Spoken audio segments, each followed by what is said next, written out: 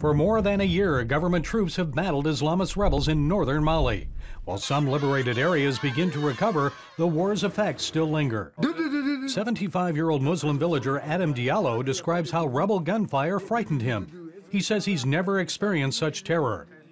The rebels told villagers they came to impose Islamic law. That was a lie. That was a big lie. Yeah. All they did was start selling drugs. Yeah, and they was here basically to train them to be good drug dealers. Good drug dealers. Yes.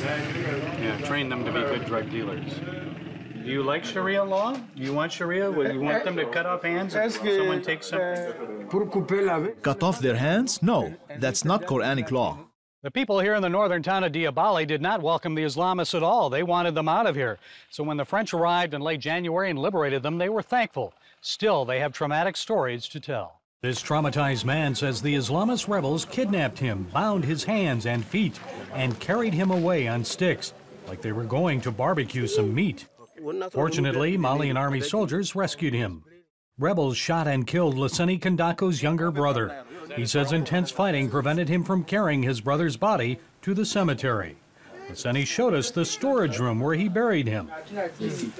His family still mourns, and the children, including young Laji and Haji, will now grow up without a father. Stories like this are all too familiar. These two girls remember their younger brother, Amadou. Family members told us what happened to the boy. At 6:30 a.m. after breakfast, we heard gunfire. And then a rebel rocket-propelled grenade smashed through our fence. It shattered the bedroom door. Amadou was sleeping. His back was against the wall. This is what's left of the rocket. It came through and shattered here, and the shrapnel ended up killing the little boy. 12-year-old Kumba survived the errant rocket. She showed us how shrapnel ripped through now bandaged knees. Amadou's aunt, Fatma, says neither gold nor diamonds can replace her nephew's life. He was a lovely boy, very quiet and respectful. I miss him greeting me every morning. He would come to me and say, "Good morning, Auntie."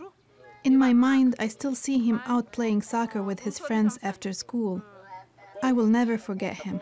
Help has come to Amadou's family and others in Diabali as they struggle to overcome the effects of civil war. CBN's Operation Blessing brought rice and mosquito nets to people who lost loved ones, the injured, or those with damaged homes. All of them, including Amadou's Aunt Fatma, expressed their gratitude. When I heard that you came to help us, I cried. Many people have come to hear about our loss, but you are the first people to bring food to help. Not only have Christians reached out to help, God has also answered cries of desperation. Pastor Jean Gondot says members of his Gospel Missionary Inland Church started praying nonstop when the rebels first arrived.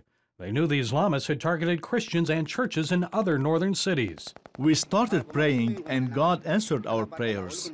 All the members of this church were spared, and nothing happened to them.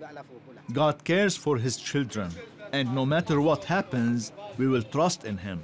Malians are still in desperate need of help, but they're learning to trust God for protection and provision while they begin rebuilding their lives. Gary Lane, CBN News, Diabali, Mali.